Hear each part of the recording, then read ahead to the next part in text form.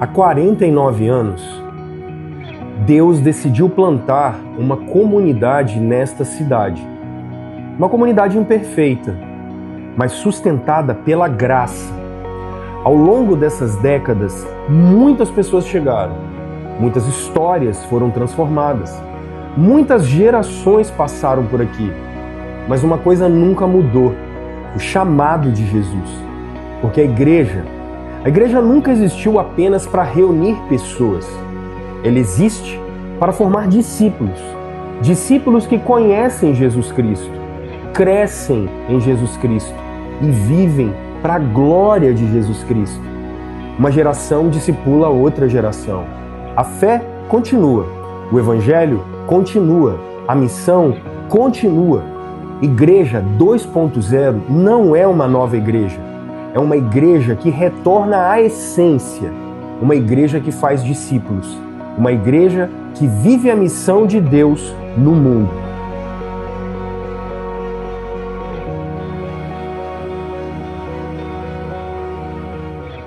Olá, meus irmãos, tudo bem? Vamos abrir a palavra de Deus no Evangelho de João, capítulo 1. Nós vamos ler do verso 35 até o 51. Eu começo uma série de reflexões hoje com vocês, chamada Igreja 2.0. Igreja 2.0. Ô Rômulo, de onde você tirou isso? Lembre-se que a gente está no século 21. Então, no século 21, a gente tem o desafio, e todas as vezes sempre foi assim, o conteúdo daquilo que a gente anuncia não é mutável, ele não muda. O conteúdo que a gente anuncia, como somos reformados, é toda a Escritura. E a gente tem por trás os documentos de Westminster e toda a tradição reformada por trás. Isso não muda. Mas o que muda? Muda o tempo que você está. Então, no período que você está, você precisa, como anuncio o Evangelho e toda a Escritura, e como Paulo nos ensinou, todo o desígnio de Deus na nossa geração. Não adianta eu tentar fazer o que se fazia no século XIX para anunciar Jesus, porque vocês não nasceram no século XIX, vocês não pensam como o século XIX, vocês não são cidadãos de lá, a gente é outro tipo de gente. Nós somos outras pessoas. O que não mudou? A natureza humana não mudou. E a necessidade humana também não mudou. Todo mundo precisa de regeneração, nova vida, todo mundo. Então, Igreja 2.0 é porque sempre você vai fazer uma atualização aí no seu aplicativo, ele tem um 2 ponto alguma coisa, 5 ponto alguma coisa. Porque o que a gente quer com essa série, esse mês está fazendo 49 anos que essa igreja foi plantada. Há 49 anos nós estamos aqui, celebrando o amor de Deus, a graça de Deus. Gente vai chegando ao longo da jornada, pelo caminho, e a gente está fazendo parte da história que Jesus Cristo está construindo. Então eu sempre paro no mês de junho, e ao contrário do que algumas comunidades fazem, e eu entendo o que eles fazem, a gente aprendeu isso. O mundo corporativo faz muito disso, né? Às vezes no mundo corporativo o pessoal sempre para e fala assim: nós vamos fazer hoje o dia da visão. E é legal, porque a gente vai realinhando a rota. Como a gente não está no mundo corporativo, a gente está na igreja, então a gente pega só a ideia. Eu sempre pego o mês de junho para a gente realinhar a nossa visão. A gente se fazer algumas perguntas. Por que a gente está aqui? Por que domingo de manhã, 49 anos depois, e a gente está aqui? O que a gente está fazendo aqui? Porque há 49 anos, quando a gente veio para cá, já existiam igrejas em Campo Grande. Por que Deus quis plantar isso aqui? O que Ele queria? Se a gente não se pergunta, a gente pode cair numa mesmice. A gente pode achar que isso aqui é só um exercício religioso, entretenimento religioso. Mas se a gente não se perguntar sempre, o que Deus queria quando Ele colocou a gente aqui? Quando Ele estabeleceu a gente aqui? Quando Ele colocou essa comunidade aqui? Se a gente não fizer essas perguntas, a gente começa a criar alguns tipos de comportamento no meio da comunidade que são pecaminosos. Explico. A gente pode criar uma casta que se acha dono de igreja. Esses nunca deixam as pessoas desenvolverem os dons deles, e eles acham que a igreja existe para eles, e eles acham que se eles não estiverem ali, se eles não fizeram assim, porque a minha avó fazia assim, a minha mãe fazia assim, o meu pai fazia assim, e se eu não estiver aqui, as coisas não funcionam, porque toda decisão tem que passar por mim, porque toda decisão tem que passar pela minha casa. Esse tipo de gente existe, e às vezes somos nós. Mas existe uma outra casta de pessoas, aqueles que são meros consumidores da fé. E eles nunca se envolvem, eles nunca querem nada com ninguém, são parasitas. Se você perguntar e eu falar alguma coisa que desagrade, ele vai procurar outra comunidade. Se alguém começar a falar com ele alguma coisa que ele não gostou, cantou alguma coisa que ele não curtiu, ele vai procurar outra igreja. Então essas pessoas, a gente não coaduna com elas. A gente não acha isso bacana aqui na comunidade. Porque a gente quer construir discípulos de Jesus.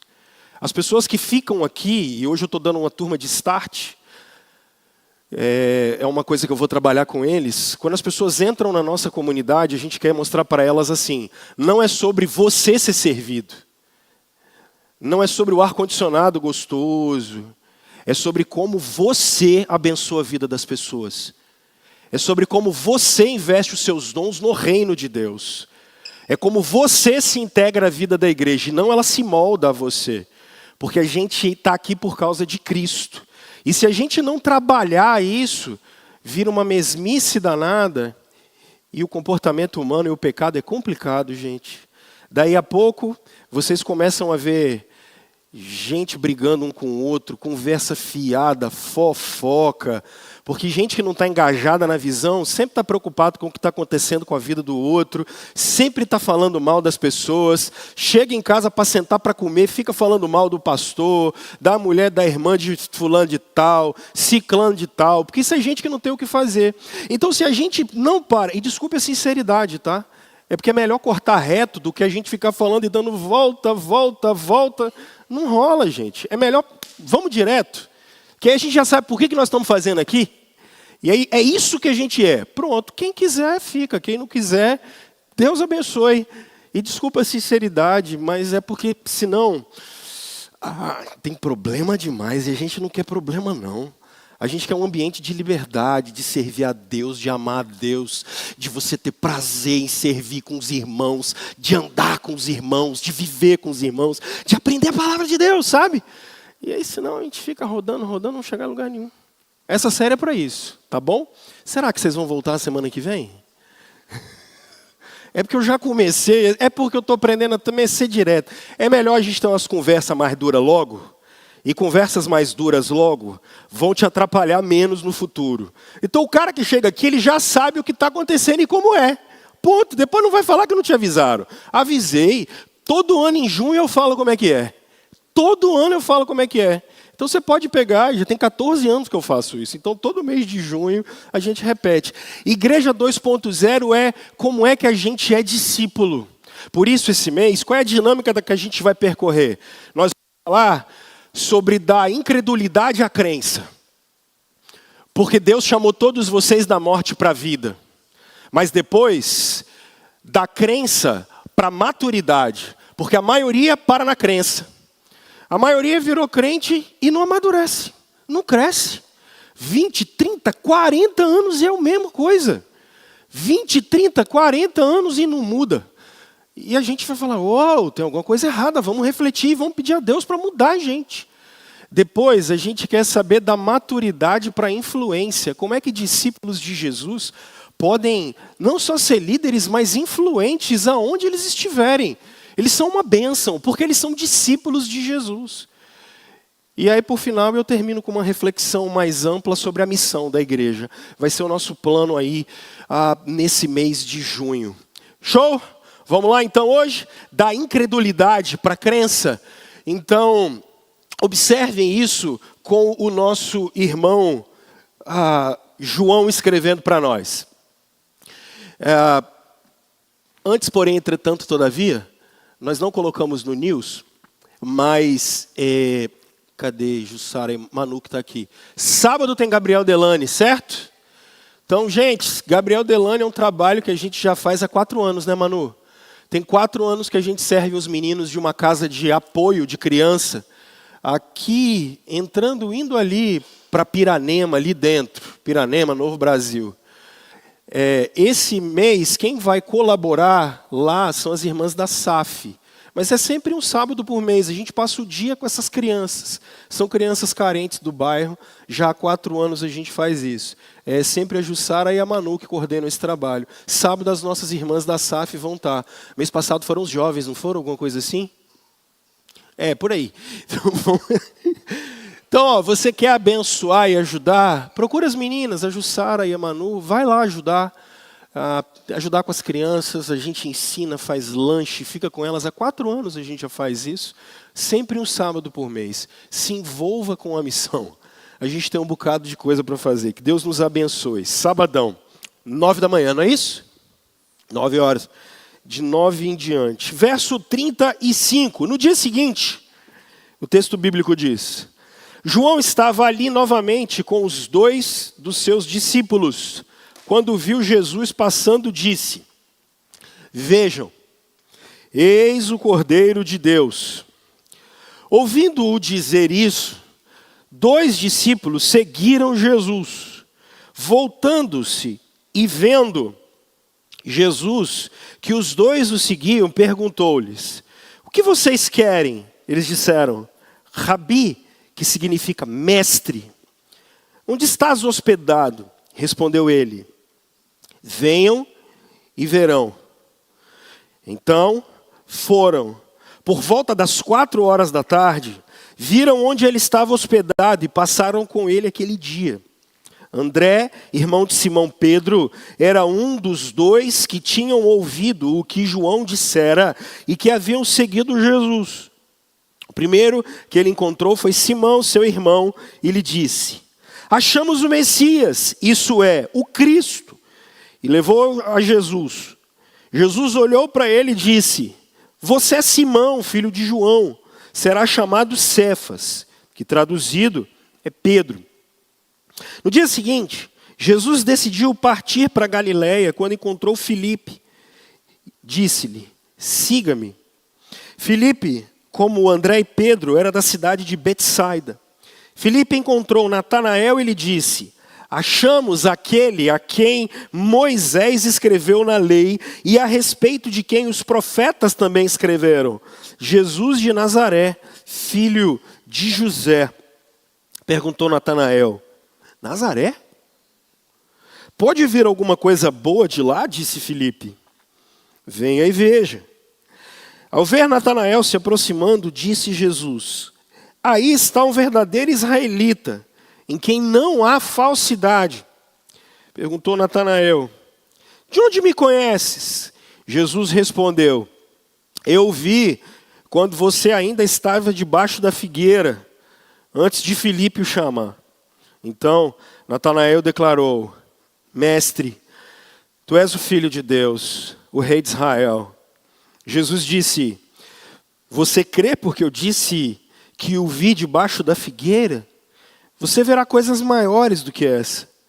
E então acrescentou: Eu digo a verdade, vocês verão o céu aberto e os anjos de Deus subindo e descendo sobre o Filho do Homem. Vamos orar?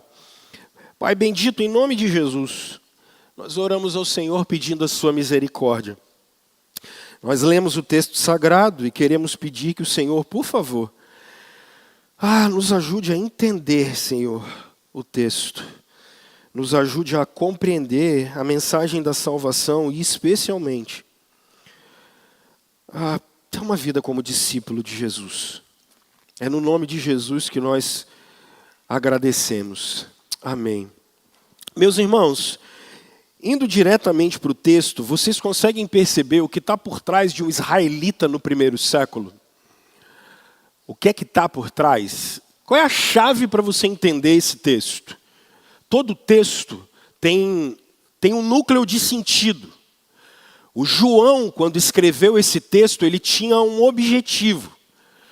E qual é o objetivo de João a escrever esse texto?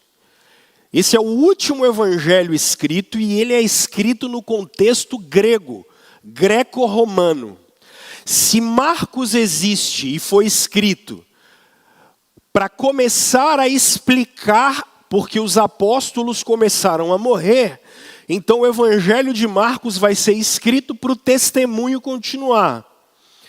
Lucas vai utilizar Marcos e vai escrever esse texto para que os romanos não perseguissem os cristãos por uma perseguição que os judeus estavam fazendo. Então o que é Lucas? É um documento de defesa da fé. E o que é Mateus?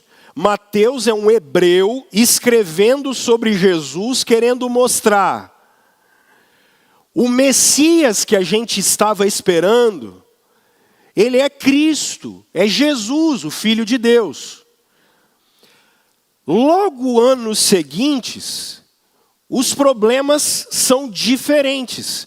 Porque se os primeiros problemas são contra a religião hebraica e o problema é com o poder romano, o problema agora, quando João escreve o Evangelho, o cristianismo é mais uma tendência filosófica, é mais uma ideologia que estão inventando. Então João vai escrever esse texto para mostrar, não, Jesus não é filosofia grega, Jesus não é religião romana, Jesus não é nenhuma ideologia dos zelotes, dos essênios. Ele diz, Jesus é Deus. O centro do Evangelho de João e a mensagem do Evangelho de João é: Jesus é Deus. E é por isso que ele morreu. Jesus não morreu por fazer o bem, Jesus não morreu por ser amor. Jesus morre num contexto em que ele está dizendo, eu sou Deus. E os judeus não vão aguentar essa declaração. Os judeus vão dizer, só existe um Deus. E João está dizendo, por isso que ele começa no capítulo 1 dizendo, no princípio era o verbo estava com Deus e o verbo era Deus. Verbo, a palavra logos é a ideia de razão organizadora de tudo. João está dizendo assim, a razão que organiza tudo, o motor que moveu todas as coisas, quem criou tudo, se encarnou na barriga de uma virgem, é isso que ele quer dizer. Então o Evangelho de João, e eu apelo a vocês, leiam a Bíblia. Parem de ver pregação de pastor A, B, C ou D, especialmente aquelas de 50 segundos. Leiam a Bíblia, esse scrolling, isso não vai ser uma teologia boa para você.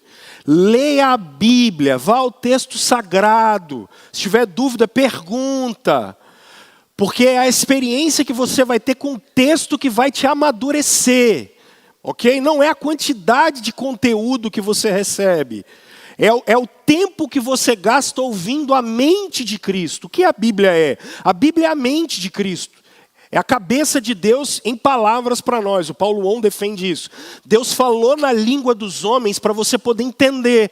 E o Espírito comunica a Cristo pela palavra para nós. Então o Evangelho de João é isso. E aqui, qual é a expectativa dos discípulos de Jesus? Observem comigo o verso 36. Quando o viu passando, disse, vejam, é o Cordeiro de Deus. Logo depois, 2 discípulos começaram a seguir Jesus. Verso 37, ouvindo dizer isso, os 2 discípulos seguiram Jesus. Voltando e se vendo Jesus que os 2 o seguiam, perguntaram-lhe, o que é que vocês querem? Eles disseram, Rabi, onde você está hospedado? Onde é a sua escola? Onde é a sua igreja? Onde é que você fica? Jesus olhou para eles e falou bem assim, venham e vejam. Onde era a escola de Jesus? Era onde ele estava. Era onde ele estava. O convite que Jesus faz do venham e vejam é para que eles andem com Jesus. Verso 39. Então foram, e por volta das 4 da tarde, eles viram onde ele estava hospedado e passaram com ele aquele dia. André, irmão de Pedro, era um dos dois que tinham ouvido o que João dissera e o que haviam seguido. O primeiro que ele encontrou foi Simão, seu irmão. Ele disse: achamos o quê? Aqui é o coração do texto. Por quê, Rômulo? Porque a expectativa de todo hebreu era: quando a salvação vai vir? Quando é que a gente vai encontrar o Salvador? Quando é que o Salvador vai aparecer para a gente poder segui-lo? E aqui eu acho curioso, porque na narrativa do texto, o Pedro vai, e Jesus muda o nome dele, e fala: agora você não vai se chamar mais Cefas, você vai se chamar Pedro. E aí vem uma outra experiência curiosa, entre Filipe e Natanael. Porque André chamou Pedro. E o Filipe vai conversar com Natanael. No dia seguinte, Jesus decidiu partir dali para Galiléia. Quando encontrou Filipe, disse-lhe: siga-me. Filipe, como André e Pedro, era da cidade de Betsaida, em volta do mar da Galiléia. Filipe encontrou Natanael e lhe disse: achamos quem? O Messias. Por 2 vezes essa informação aparece no texto. Ela é crucial. Porque está todo mundo no meio da morte, do desespero, da opressão romana. Já são, no mínimo, 400 anos em que eles perderam a soberania como povo. Desde a Babilônia, para a Pérsia, para os gregos, agora para os romanos. Qual a expectativa deles? Quando a gente vai ser livre? Quando a gente vai ser livre? E aí me chama a atenção porque a frase de Natanael é muito curiosa. Filipe olhou para ele e falou bem assim: nós achamos aquele sobre quem Moisés escreveu na lei e a respeito de quem os profetas também escreveram. Jesus, e aqui vem um problema, da onde? De Nazaré. O pior, filho de José. Os caras se conhecem. A pergunta de Natanael é maravilhosa. Lê comigo.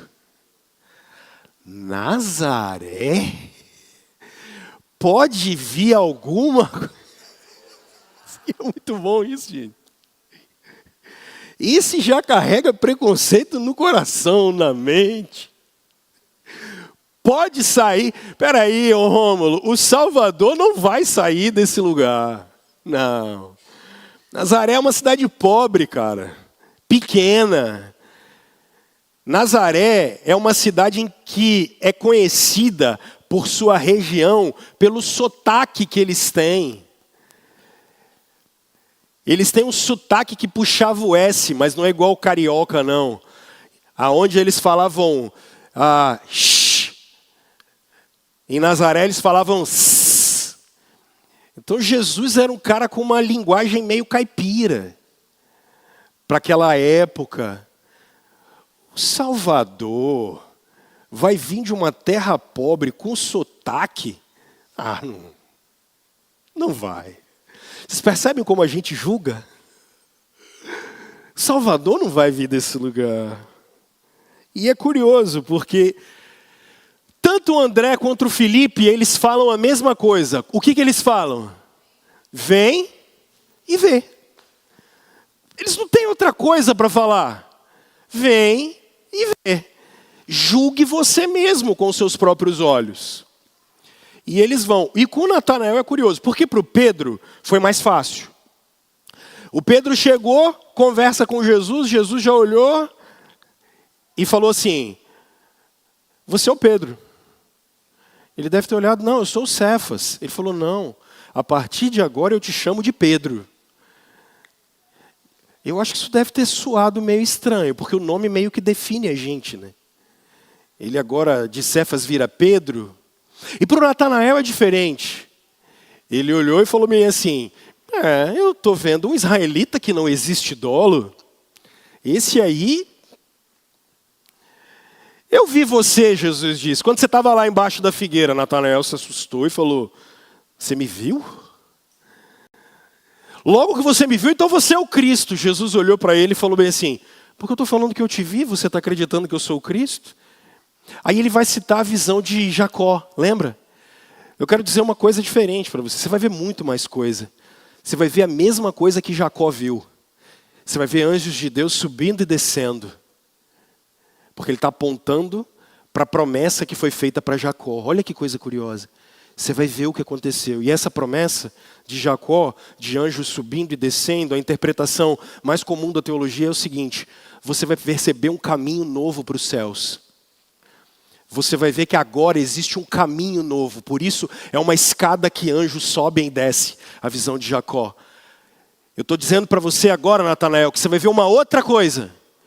Agora você vai ver um novo e vivo caminho de subida e descida para os céus.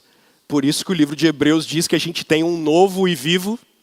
É a visão de Jacó que foi cumprida em Cristo. Em Cristo nós temos um novo caminho de acesso ao Pai. Jesus diz isso para Natanael. Natanael, você está assustado? Porque você me viu? Porque eu te vi? Deixa eu dizer, você vai ver uma coisa muito maior. Você vai ver um novo caminho para a gente chegar até o Pai. O Natanael surta, né? E o que ele faz? Ele segue o Senhor Jesus. Esse texto está dado, porque o que eu queria trabalhar com ele é exatamente como a gente sai da incredulidade para a crença. Como a gente sai da incredulidade para a crença. Há dois mitos muito complicados. O primeiro é o mito liberal. E quando eu estou falando de liberal, eu estou falando do liberal filosoficamente falando. Não estou falando de liberal na teologia. O mito liberal é esse mito dessa universalidade, e eu entendo, de Deus e de uma razão do universo. E que o lance é o seguinte, não importa o que você faça, desde que você faça o bem, Deus te ama e você é filho de Deus. Não importa o nome que você dá para Deus. Importa que você faça o bem.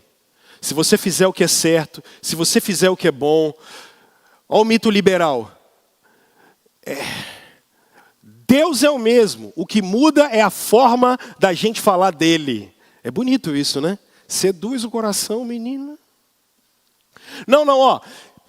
Não interessa se você adora Alá, se você... lê o livro dos Vedas para ficar adorando aqueles deuses hindus. Não interessa se você está numa tribo animista. Não interessa. O que interessa é você fazer o bem. E agora olha que incrível. O que importa é você ser sincero naquilo que você faz. Vocês adoraram, né? Porque 99% de vocês acreditam nisso, cara. Isso é senso comum da nossa cultura. E a gente ainda usa coisas assim, não, mas bem-aventurados os que são limpos de coração e têm o coração puro. E aí, bem-aventurados os que têm o coração puro, o que Jesus está dizendo? O que importa é a sinceridade do coração. E aí, qual é o problema disso? A gente acabou de matar o cristianismo. E ainda bem que as pessoas que plantaram essa igreja, que as pessoas que trouxeram a igreja presbiteriana, eu não vou falar das outras, para o Brasil, e as pessoas que fizeram a reforma protestante, elas não tinham essa mentalidade. Porque se tivessem, vocês não estavam aqui.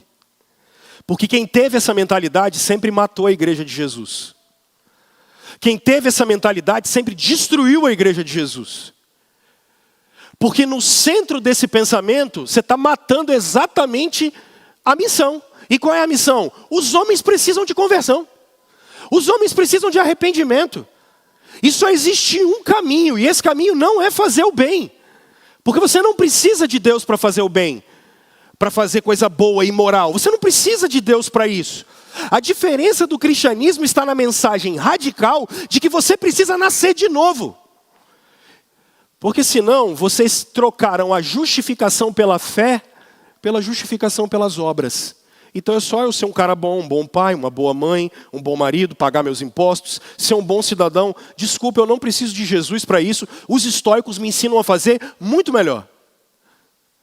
Eu não preciso disso. Os iluministas, com Kant, me ensinam muito melhor com a crítica da razão pura e o imperativo moral. Eu não preciso disso. Desculpa. Eu não preciso de cristianismo.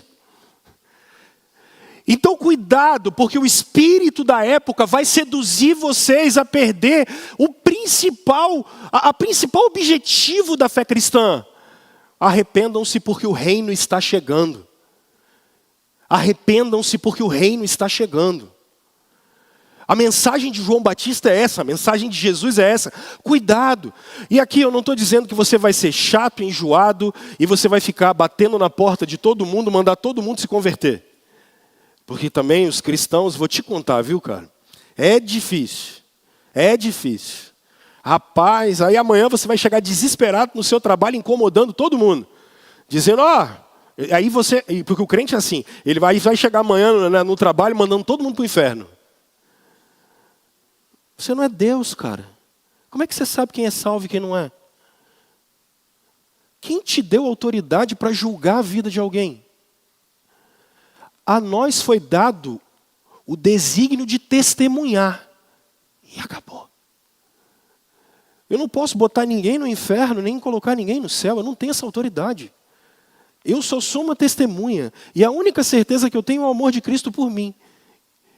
E é por isso que o apóstolo Paulo é tão categórico ao dizer: eu sei que sou filho de Deus. Ponto. Agora o resto, eu não tenho controle.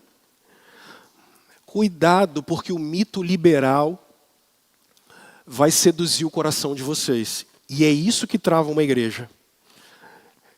Os discípulos não mais amadurecem, porque eles acham que é só consumir Deus, consumir Deus, consumir Deus, consumir Deus. Os discípulos não mais anunciam a graça de Deus, porque para quê? É só para nós, para nós, para nós. Ninguém precisa de conversão, ninguém precisa de discipulado, ninguém precisa crescer na fé.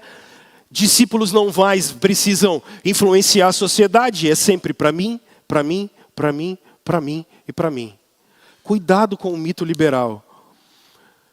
Por favor, abre em Atos capítulo 4, versículo 12. Dever de casa da semana contra o seu coração liberal, contra a nossa cultura liberal. Decora isso. Eu sou de uma época em que a gente decorava versículo bíblico. É por isso, eu tenho um monte de versículo na cabeça. Porque eu cresci com esse negócio. E depois fui aprimorando. Decora. Porque a liturgia da nossa época vai tentar tirar você desse caminho. Vamos ler junto? Risca, coloca na geladeira que você abre o tempo todo. Não tem a televisão que você assiste 24 horas por dia? Coloca lá, bota um papel chamex assim, ó. Que aí quando você for ligar, você vai ler o versículo antes. Aí você fala assim, mas eu só assisto no celular. Então bota na tela de descanso. Porque sempre que você ligar, está lá. Leiam comigo, irmãos. Não há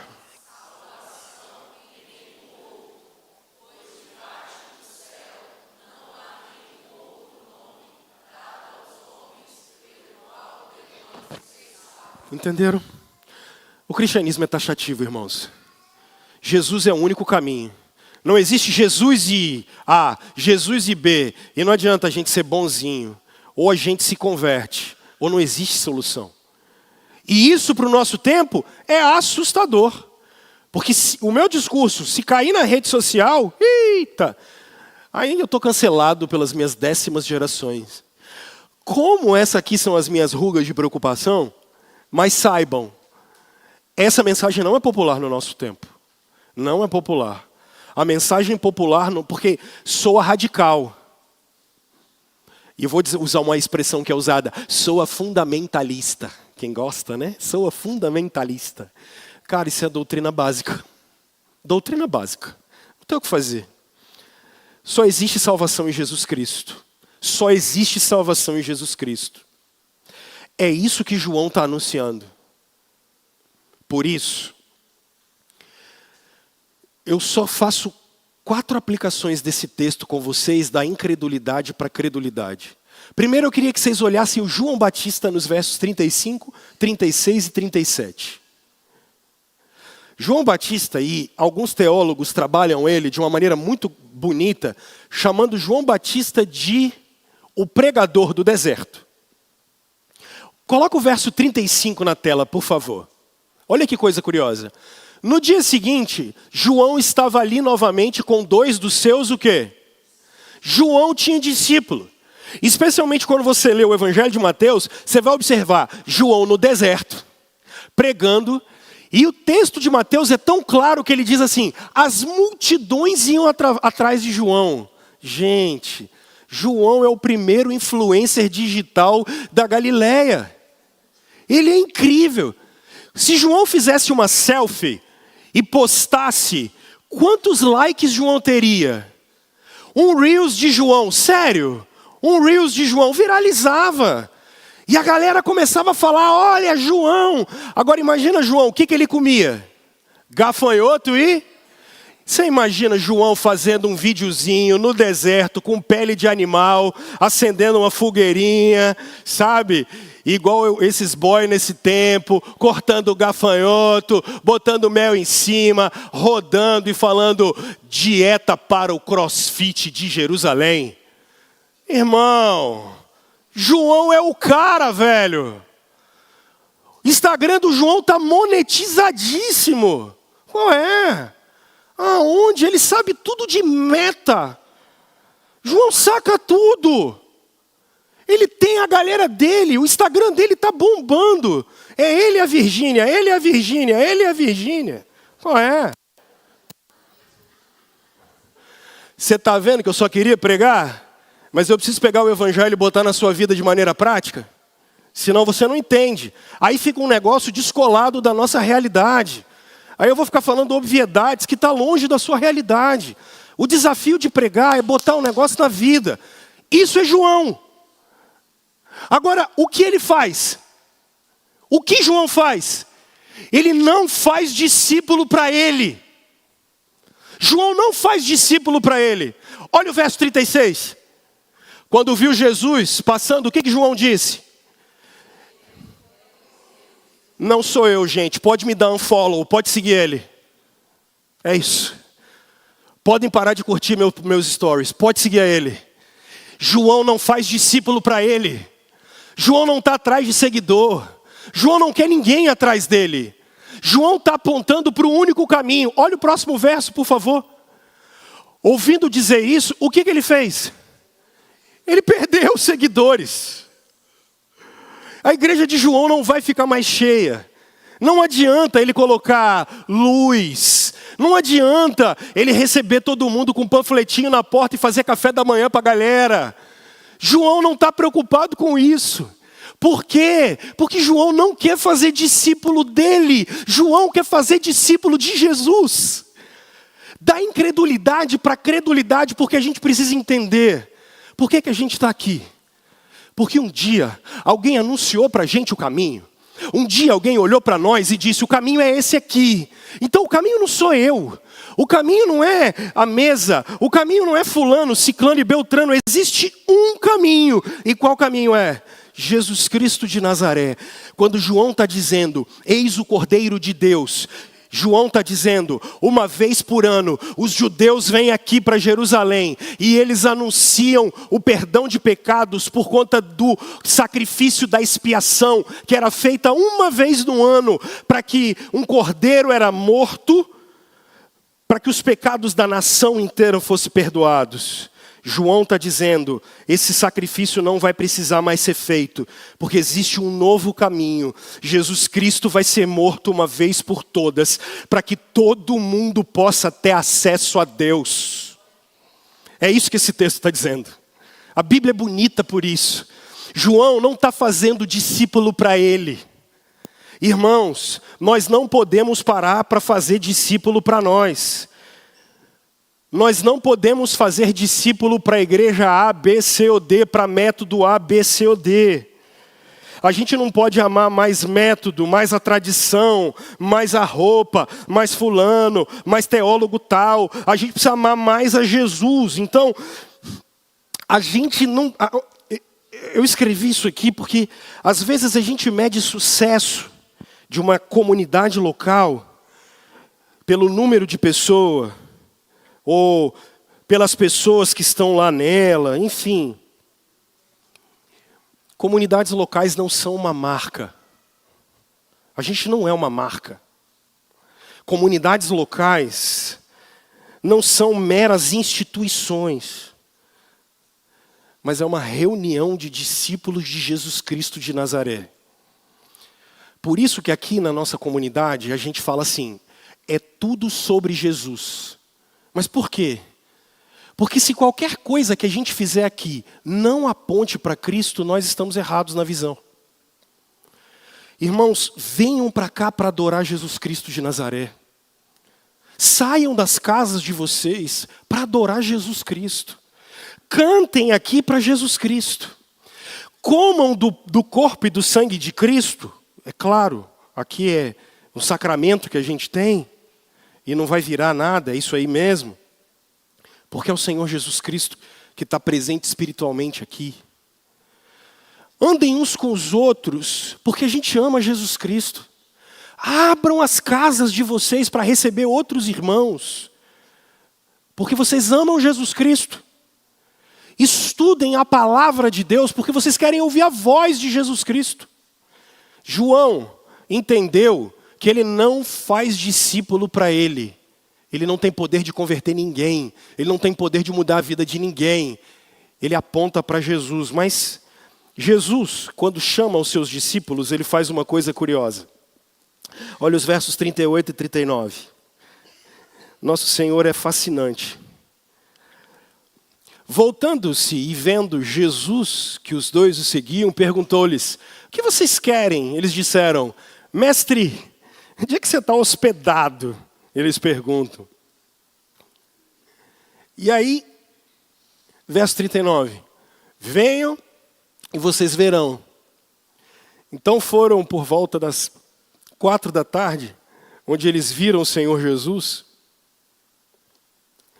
E eles viram aonde ele estava hospedado. E a partir dali, o que eles fizeram?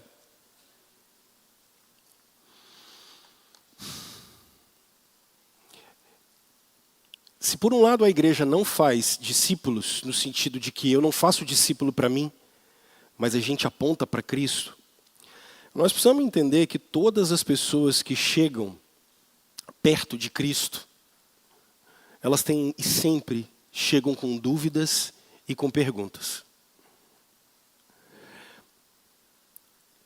Você assiste aonde? A gente quer te ouvir. A gente quer gastar tempo com você. A partir desse momento, Jesus vai passar 3 anos ensinando essa gente em qual caminho eles deveriam andar. Por isso que às vezes estão mais perto de mim. Acho que para a turma do Start, a gente estava conversando um dia desse. Nós vamos receber um número bom de irmãos agora nesse mês. A gente estava conversando sobre o Evangelho de João, como Jesus, nesse Evangelho, para mim, ele está muito cansado. Porque falar a mesma coisa 25 vezes é muito cansativo. Vocês vão perceber que nos discursos de João, Jesus repete sempre assim, vocês não entenderam ainda não? Vocês não entenderam não? É sério? Você jura? Você já passou isso com seu filho? Você ensina ele, você fala, não é possível que ele está repetindo o mesmo erro, de novo. Lá vou eu falar de novo a mesma coisa. Mas de novo, e de novo. O Evangelho de João é assim. Eu acho isso curioso. Se você perguntar para mim, eu vou dizer para vocês assim, eu ainda tenho muitas dúvidas sobre muitas áreas do saber teológico. Muitas dúvidas. Eu não consigo saber de tudo. E desculpa se você achou que eu sabia de tudo, tá? Eu estou longe de saber de tudo. Tem coisa que você vai me perguntar e eu vou falar, vamos procurar? Gente, é tão libertador falar isso. É tão libertador falar, sabe qual é a frase? Não sei. Nossa, é bom demais. E ninguém é obrigado a saber tudo. A teologia trabalha Deus como sendo imenso, e na imensidão divina, significa que nem na eternidade toda você vai conseguir conhecer Deus. É impossível. O seu saber, você não vai alcançar o conhecimento de Deus inteiro e pleno, porque senão ele deixa de ser Deus, né? E você passa a ser Deus. Ter dúvida não é o problema. Pelo contrário, discipulado começa com dúvida. As pessoas têm dúvidas. Por isso não tenha medo nem problema de chegar para Jesus e fazer perguntas. Eu queria aplicar isso de duas maneiras. As suas orações precisam ser mais intencionais. Alguns de nós nem sabemos orar. E eu não estou dizendo que Paulo fala para os romanos que nós não sabemos orar como convém. Nós não sabemos nem orar. As nossas orações precisam ser mais intencionais em qual perspectiva? Primeiro, você está falando com Deus.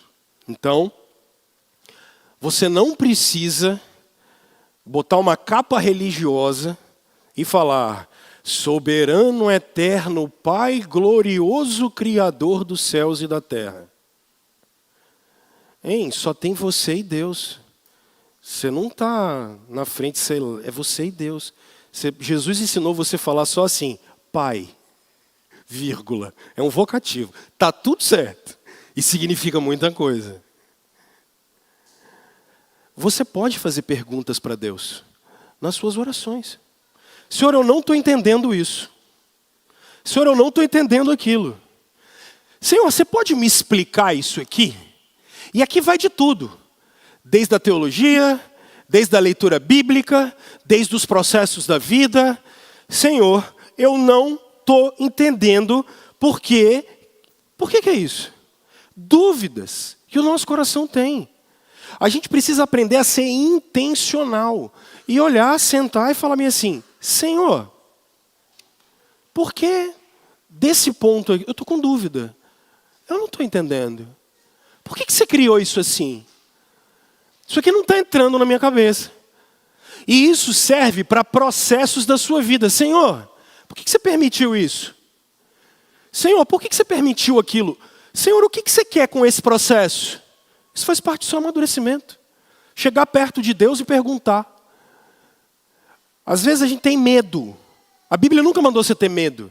Não, pastor, mas olha como é que a gente é. Mas a gente tem que ter respeito. E é falta de respeito perguntar por quê? É falta de respeito falar não estou entendendo? Não, é você não aproveitar o novo e vivo caminho. Senhor, eu não estou entendendo. Eu não sei. Irmãos, quantas vezes eu tenho que parar e falar com o Senhor, eu não estou entendendo. Qual é o caminho? Alguns de vocês chegaram e falaram bem assim: pastor, as 2 últimas séries foram tão legais aqui na igreja, a gente estudou milagres e caminho no deserto. Sabe quando eu preparei isso? Em agosto do ano passado. E sabe como é que eu preparei isso? Não foi com livro nenhum de teologia, não. Eu orei e falei bem assim: Deus, o que você quer falar para essa comunidade? Eu não sei. O que eu tenho que falar? Não sei. Não sei. E gastei tempo. Deus, o que eu faço? O que a gente faz? O que a gente faz? Porque não é minha força, não é minha razão, não é o meu poder. Deus, o que a gente faz? O que você quer? E aí vem uma segunda coisa que eu queria que você entendesse.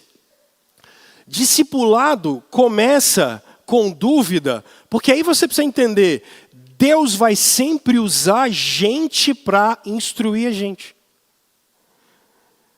Tanto Filipe com Natanael, quanto André com Pedro. Cara, vem e vê. Deus vai sempre usar gente boa no meio do caminho. Porque a gente não sabe tudo, a gente não é suficiente. A família só da gente não é suficiente. A nossa casa não é suficiente. Então eu preciso de gente boa. No caso do Pedro, quem levou ele foi o André. No caso do Natanael, quem levou ele foi o Filipe. Deixa eu te fazer uma pergunta. Quem te levou? E quem você leva? Essa é a dinâmica do Evangelho. Eu aprendi. Eu faço perguntas. E eu tenho gente que me ajuda. Eu faço perguntas para gente que eu sei que vai me levar até o Senhor. Eu faço pergunta para gente que eu sei que vai me conduzir no caminho. E nesse caso, é isso que vocês estão vendo. Então, na nossa jornada, o que a gente precisa? Saber fazer as perguntas para Deus o tempo todo e no nosso diálogo com Ele o tempo inteiro. E mais do que isso, ter gente que vai nos ajudar. Porque observem dos versos 40 a 46, o fenômeno que eu estou dizendo para vocês. André vai buscar o Pedro. André, irmão de Simão, verso 40, era um dos que tinham ouvido o que João dissera e havia seguido Jesus. O primeiro que ele encontrou foi quem? Simão, o seu irmão. Ele disse, achamos o Messias. Mas olha o verso 43, porque ele é curioso. Ele é curioso porque ele diz, no dia seguinte Jesus decidiu partir dali para Galiléia, quando ele encontrou Filipe. Jesus encontrou Filipe e o que ele falou? Me siga. Filipe, como André e Pedro, era da cidade de Betsaida. E aí quem ele encontrou? Natanael. E quando ele encontrou Natanael, o que ele fez? Encontramos Jesus Cristo, o Messias. Natanael, como um bom preconceituoso, falou, bom, mas de Nazaré pode aparecer alguma coisa boa? O que Filipe falou? Cara, só vem ver. Porque eu acho que isso é muito curioso. Quem encontra Jesus sempre vai buscar alguém. Quem encontra Cristo sempre busca alguém. Vocês olharam como foi a conversão do Paulo? Ele se converte em Damasco, no verso 20. No verso 29 ele já está anunciando. Porque, irmãos, a mensagem do cristianismo não é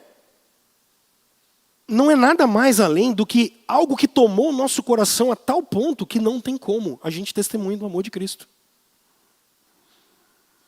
Da incredulidade para a credulidade, porque aqueles que foram alcançados, eles não vão conseguir não testemunhar. E aqui, gente, eu não estou dizendo que você precisa ter todos os métodos do mundo, que você saiba pregar, que você seja um exegeta da Escritura. Mas a nossa pergunta é sempre assim, quem vai ser o nosso Pedro? Quem vai ser o nosso Natanael? Quem são as pessoas às quais a gente tem contato e quando a gente tem oportunidade? Eu acho que isso aqui, Jesus nunca mandou a gente ser inconveniente. Ok? Inconveniência é uma coisa. Agora, em muitas ocasiões, nós temos a oportunidade de orar por pessoas, elas estão clamando por isso. Elas estão clamando pelo testemunho da gente. Mas nos falta, número 1, senso de pertencimento. Eu estava hoje, nessa semana, com a turma do Start, dizendo isso para eles. Por que é que a gente lê pouco a Bíblia? Não é só porque a gente tem preguiça espiritual. A gente lê pouco a Bíblia porque vocês não se acham parte daquela história. Ela é a história do Abraão, do Isaac, do Jacó, do Jesus. Ela é a história do Paulo, mas você não se acha parte daquela história. Você não acha mesmo que aquele povo, você faz parte daquele povo. A gente não acha mesmo que a gente está esperando um novo céu e uma nova terra. A gente não acha isso. E aí, como a gente não acha, a gente acha que a gente faz parte da história do consumo, da história da compra, da história do trabalho. Essa é a nossa história. Por isso a gente só gasta tempo com isso. A gente não acha que a gente faz parte da história de Deus. Por isso a palavra dele pouco interessa para nós. Se a gente se visse integrante daquele povo e parte daquela história, ela faria sentido para nós. Por isso a gente não se sente parte da missão de Deus. Porque, na verdade, a gente se sente parte de um Deus que tem que servir a gente o tempo todo quando a gente tem necessidade. E quando a gente quer alguma coisa. Então a gente vai atrás dele sempre para que ele dê alguma coisa boa. Quem quer bênção, quem quer bênção, quem quer bênção, quem quer bênção. Aí é todo mundo o tempo todo. Mas ninguém se sente parte da história de Deus. Ela não faz sentido para nós. Por isso a gente não se sente parte da missão de sermos uma testemunha do reino de Deus. Ninguém mandou você pegar um microfone alto na praça, sair fazendo barulho e atrapalhando as pessoas. Atrapalhando o trânsito. Eu acho isso o fim da picada. Mas a gente foi chamado para testemunhar. Aonde a gente estivesse. Inclusive isso é muito mais efetivo. Porque tem sempre alguém na minha roda de amigo que está precisando de ouvir da mensagem do Salvador. Tem sempre alguém na minha roda do esporte, na minha roda familiar. Tem sempre alguém que está precisando. Porque Deus sempre coloca Filipes, Pedros, Natanaéis na vida da gente. E por fim, eu queria que você olhasse o verso 47 a 41. Ao ver Natanael se aproximando, disse Jesus: aí está um verdadeiro israelita em quem não há falsidade. Perguntou Natanael: de onde você me conhece? Jesus respondeu: eu vi quando você ainda estava debaixo da figueira, antes de Filipe o chamar. Então Natanael declarou: mestre, tu és o Filho de Deus, tu és o Rei de Israel. Jesus disse: você crê porque eu disse que eu te vi debaixo da figueira? Isso aqui é muito curioso, né? Mas você vai ver coisas maiores ainda. Aqui eu acho muito bacana. Jesus sabe quem o Natanael é, antes do Natanael saber quem é Jesus. Jesus já viu Natanael antes do Natanael ver Jesus. Para ilustrar, o profeta Jeremias ajuda a gente muito no capítulo 1. Jeremias olha e diz assim, quando Deus chama ele: eu sou o menor aqui de casa. Eu, pequenininho, mais novo, ninguém vai me ouvir. Verso 9. Jeremias, antes da fundação do mundo eu constituí você profeta. Você não era nem formado na barriga da sua mãe ainda. E eu já sabia o que eu queria para você. Aqui está uma explicação para muitos de vocês que são hipercalvinistas e fundamentalistas. Os calvinistas acreditam na eleição.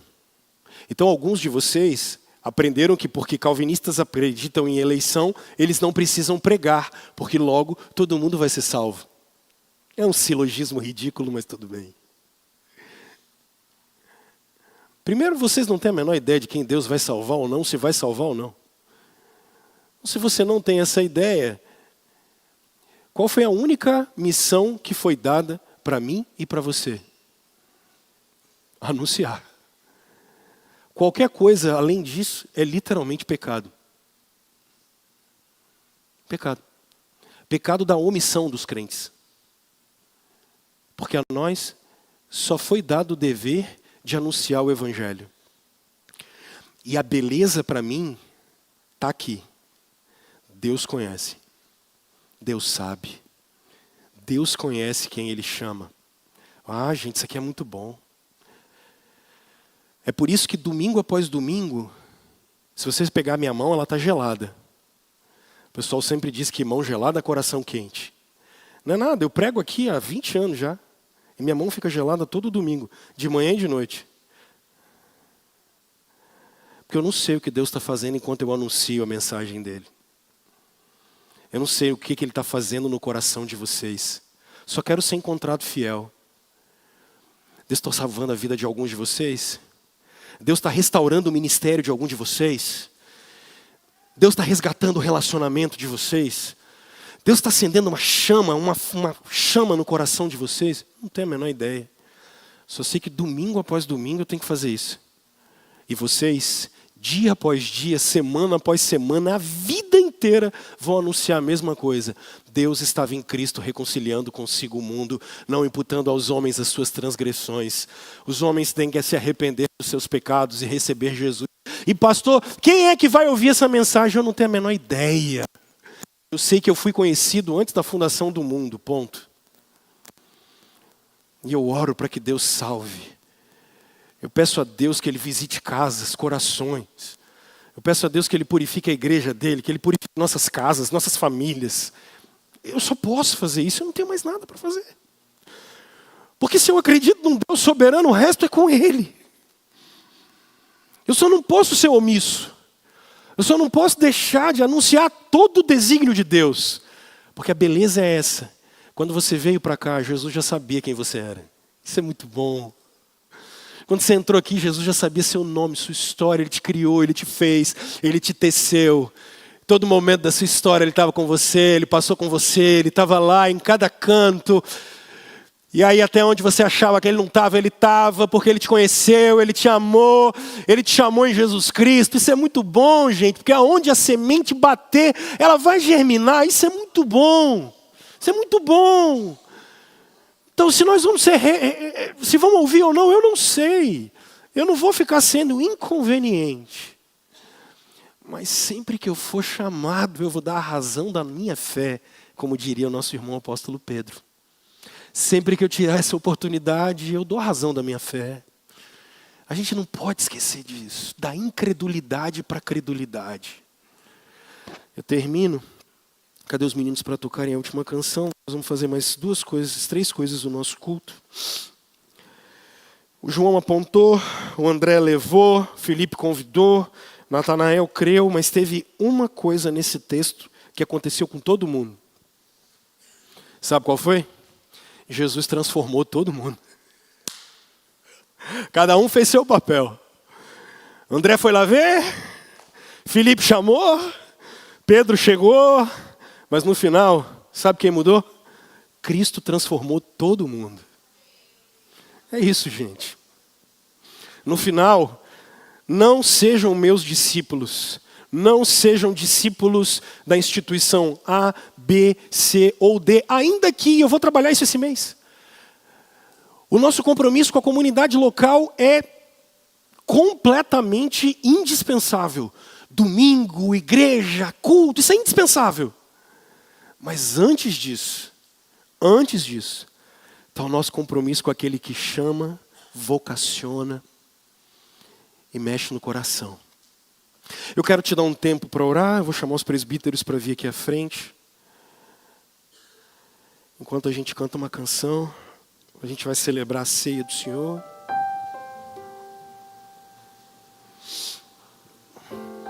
Cadê o Daí?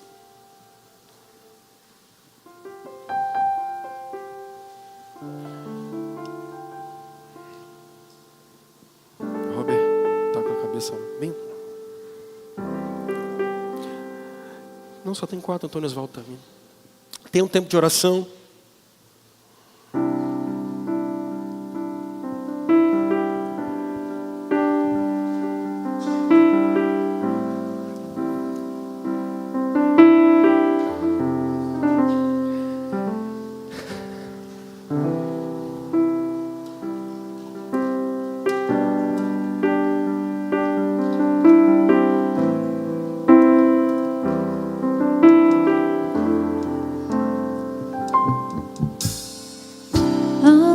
Tão cego, sem rumo certo, buscando a paz e descanso. Eu procurei por tantos meios justificar meus erros, mas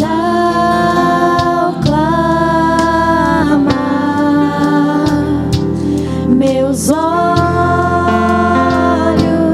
abri e ao olhar pra cruz eu entendo o amor derramado ali por mim, sacrifício de sangue por um pecador. Sou merecedor, tua graça me alcançou. Vamos orar, meus irmãos. Pai, em nome de Jesus, Oramos ao Senhor, clamando que o Senhor avive o nosso coração. Um dia o Senhor nos chamou das trevas para a luz e o Senhor continua transformando a vida e o coração das pessoas. Senhor, nos ajuda a buscar o Senhor, nos ajuda a amar o Senhor Jesus Cristo e nos identificar com Ele nos sofrimentos dEle, como nosso irmão Paulo nos disse, mas também na glória de Cristo. Nos ajuda, Senhor, para que a gente ande nos caminhos de Jesus em todo o tempo, em cada momento, em toda circunstância. Nesse momento a igreja do Senhor participa da mesa de Cristo. Eu queria pedir, Senhor, que o Senhor, por graça e por misericórdia, comunicasse Cristo para a gente pelo poder do Espírito Santo.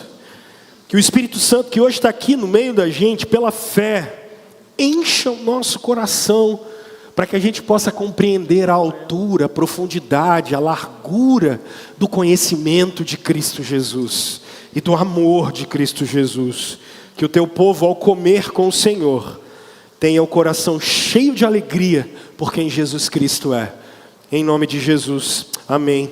Meus irmãos, nosso Senhor Jesus Cristo, na noite em que foi traído, tomou o pão.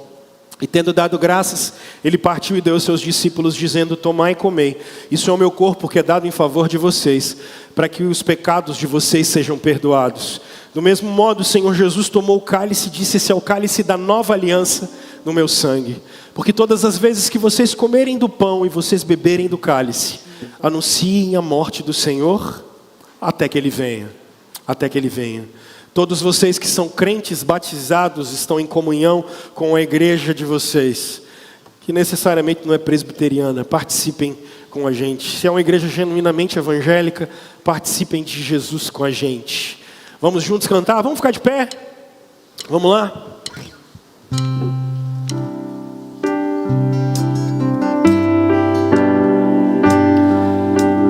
Vamos cantar ao Senhor, vamos exaltar o Senhor, vamos bendizer ao Senhor. E ao ver tua glória naquele dia, me alegrarei em gratidão. Tocarei as marcas de vitória. Vencido é o pecado.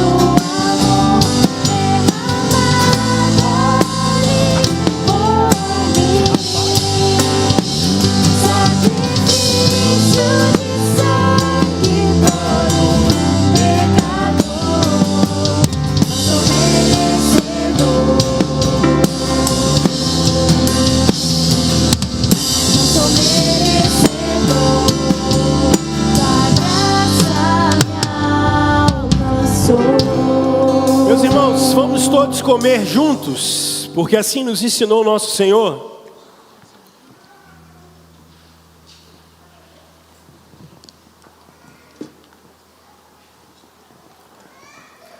Vamos todos beber juntos, assim também nos ensinou o Senhor.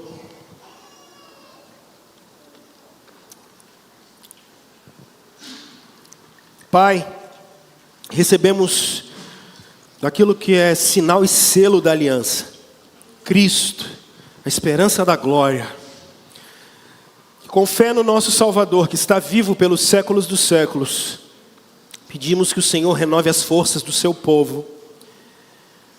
Que o Senhor, por favor, continue com a visão dessa igreja de fazer discípulos para Jesus. Continue com a visão da gente, da nossa casa, de formarmos e sermos discípulos do Cristo eterno. E é no nome de Jesus que nós oramos, pedimos que essa semana, Senhor, seja um tempo de edificação nas nossas casas.